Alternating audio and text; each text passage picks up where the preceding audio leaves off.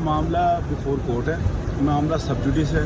अब देखते हैं इंशाल्लाह मंडे को केस की हेयरिंग होती है और आप सब दोस्त वहाँ पे मौजूद होंगे और इंशाल्लाह हम बड़े होपफुल हैं और बड़े पुरुमीद हैं कि जो केस के हक़ाइक़ हैं, जो केस के जो ऑफेंसेस जो उन्होंने एट्रीब्यूट किए हैं, डिटेल ऑलरेडी मैं बारहा इस बारे में आप लोगों को बता चुका हूँ और ये केस इंशाल्लाह fit for grant of bail है, ये बेल होनी चाहिए। सर आपको लगता है कि डकी भाई की यहाँ से अपील हो जाएगी?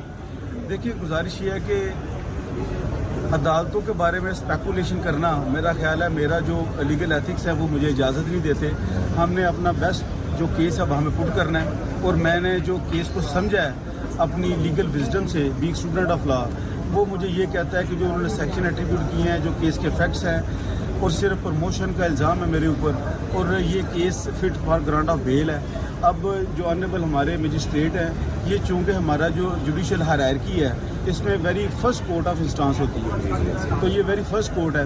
अब उनके सामने सारी चीज़ें रखते हैं इंशाल्लाह। सर मुझे बताइएगा, आप जो ऑलरेडी रिमांड वाली सिचुएशन आप दोस्तों के सामने ही है। सर आपने जो है कोर्ट रूम में रिकॉर्ड भी पढ़ा, क्या निकला मजीद उसमें से? देखिए, जो रिकॉर्ड की बातें हैं वो मेरा ख्याल है वो प्रेरोगेटिव बातें हैं, वो मेरा ख्याल है मीडिया पे मेरा करना मुनासिब नहीं है। वो इंशाल्लाह हम आर्गूमेंट्स में कोर्ट के सामने सबमिट करेंगे अपनी सारी सबमिशंस। और आखिरी बात ये है कि देखिए, बेल का जो मैटर है ये डिस्क्रिशन होता है कोर्ट का, ठीक है। हम यहाँ पे इंशाल्लाह अपनी बेस्ट केस पुट करेंगे और इसमें हम बड़े होपफुल भी हैं और इंशाल्लाह ऊपर उम्मीद भी है कि यहाँ से बेल ग्रांट होगी इंशाल्लाह। और हर दो सूरत जो भी ऑनरेबल कोर्ट फैसला फरमाएंगे हम इंशाल्लाह उसको। सर आज 12 अगर खुदा ना खास्ता ये बेल का कोई एडवर्स ऑर्डर आता है कोई डिस्मिसल का, तो हमारे पास इसके अपीलेट फोरम मौजूद है।